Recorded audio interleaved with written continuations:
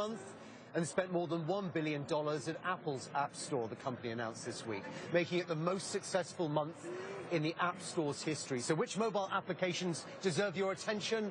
John Steinberg has joined us here with a couple of suggestions. He is, of course, president and CEO of BuzzFeed, but far more importantly, a CNBC contributor. Good to be here. Good morning. Do you remember when Steve Jobs said that he would not open up the iPhone to third-party apps?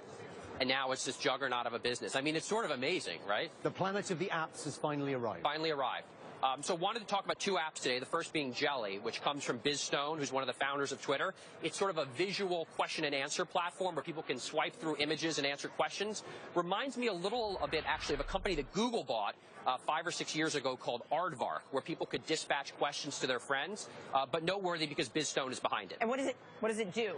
Well, you can ask a question with a photograph. People respond in line, giving you an answer of, last night I put up 2 bottles of scotch that I had on my counter, and I said, which one is better to have? And people were circling and voting on the scotch that I should drink last night. How is that different than just posting it to Twitter and asking your Twitter audience? You could, but I mean, this is sort of designed more just for visual questions. It has a card format, which is really the card format is the big next mobile format, which is these sort of bite-sized chunks of information. I can imagine girls like, what should I wear today, this or that kind of thing. Or which restaurant should I go to, or does anybody know what this kind of dog is, or something like that.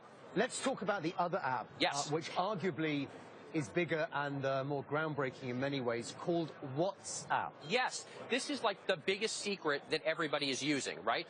400 million active, not registered, active monthly users on WhatsApp. It's way bigger than Twitter, right? Twitter has it's a messaging service.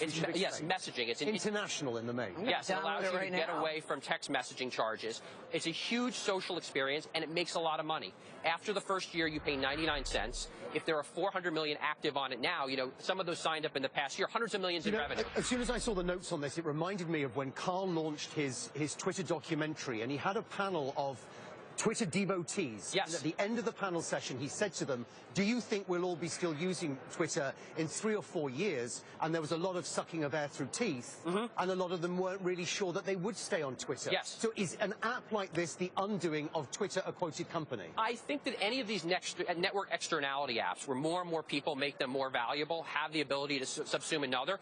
We at BuzzFeed, I'm placing our bets lots of places. As a matter of fact, I actually integrated the WhatsApp.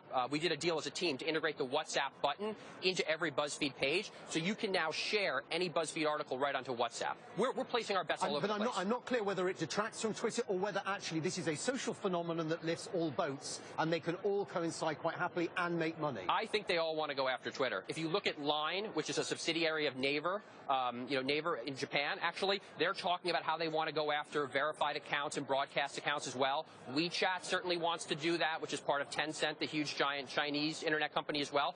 I think they want to compete, Simon. Who's behind WhatsApp? I'm just curious. Independent company, venture-backed. Independent venture-backed. How long has it been around? Been around for years, only 50 employees. I mean, it's just shocking that nobody talks about this company. So what does critical mass mean now in this industry? Because they have critical mass, same as Twitter has critical mass, right. but nobody's talking about them. I know. I think that it's partly because it's more of a one-to-one type messaging platform as opposed to broadcast. They can go into broadcast, Simon, but maybe that's why it doesn't have quite the media notoriety. I just signed up. They don't sell ads. Right, no ads. No, and this very clear that he doesn't want to do advertising in it. One last question on Biz Stone. Obviously, there's always the sophomore curse when a new band has a huge album. Yeah. Is this a natural follow to creating a juggernaut like Twitter? I will tell you, when I thought about it last night, it's very different. It doesn't look like anything I've seen before. It's different to use. The second album is always so much harder than the first hit. He's got Spark Capital behind it. Bijan Sabat, who's the VC we've had on the show, who backed Twitter, is backing Biz Stone. So it's a lot of good band members that are back in this band, right? Hey, John, it's good to see you. Good to see you, Simon. John Steinberg there. Wow, look at